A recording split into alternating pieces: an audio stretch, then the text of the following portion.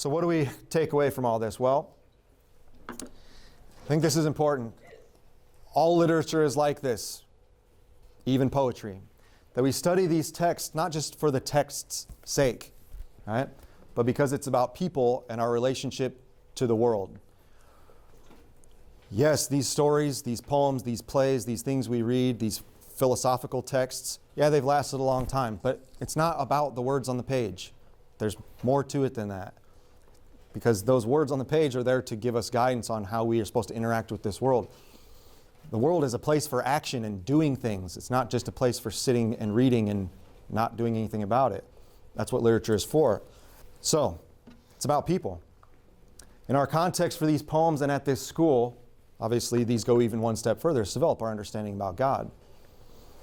So when we read these texts, even though poetry may not be the most enjoyable thing for us sometimes, when we read these plays that have all this old language that's really hard for us to read, keep in mind that it's not just about those old words. It's not about old characters or these famous authors. It's about giving us, maybe not a roadmap, but at least some signage along the way for, hey, these are things people have struggled with. Maybe you can learn from them. Maybe you can apply these ideas to your own life. 1 Corinthians chapter 2, verse 6 starts a passage about how sometimes messages are confusing because we spend so much time focusing on the words. But in that passage, Paul writes about how the Spirit is working through those words. And sometimes we're so focused on the language that we're not opening ourselves up to God working through the language. So that's, I think, a good piece of advice that ties into any piece of difficult reading that you're supposed to be doing is don't stop just at the language. Don't stop because the ideas are hard.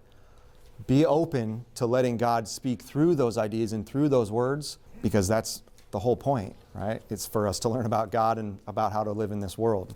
Lastly, in the film that you're, I think, going to watch, the conversation about Holy Sonnet number 10 that Vivian, the student, has with her professor, it's about looking more closely at the text and trying to extract the ultimate amount of meaning from it. And in fact, this is what she says. The professor says, the effort must be total for the results to be meaningful. Total. Because Vivian is a very smart young lady in her college classroom. She thinks she has the answers. But in fact, her professor points out that you've actually just taken a shortcut. You haven't looked closely enough.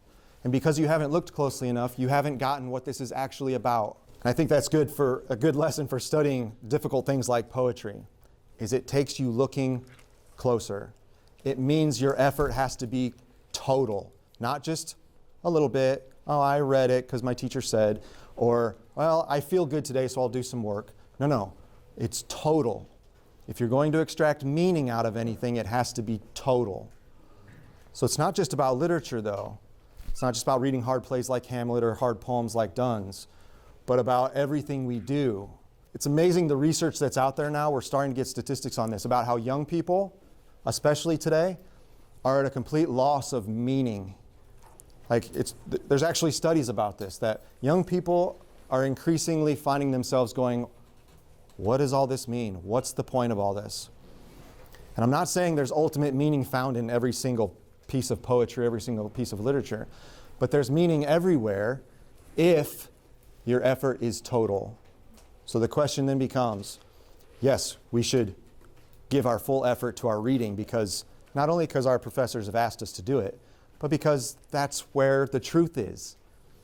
But those things also exist in other parts of our lives. Is your effort total when you listen in chapel? Is your effort total with your friends and your loved ones? Or do sometimes you blow people off or you don't have time for them?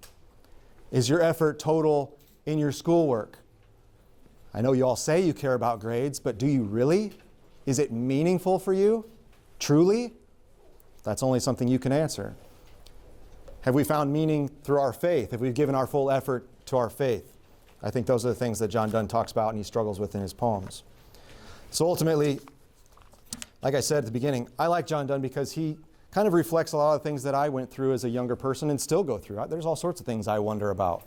Lots of things don't make sense. But, as he says, the more you wrestle with it, the more faith you actually develop.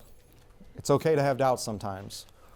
It's the struggle and it's the pursuit of the truth that matters, because God will find his way to you too.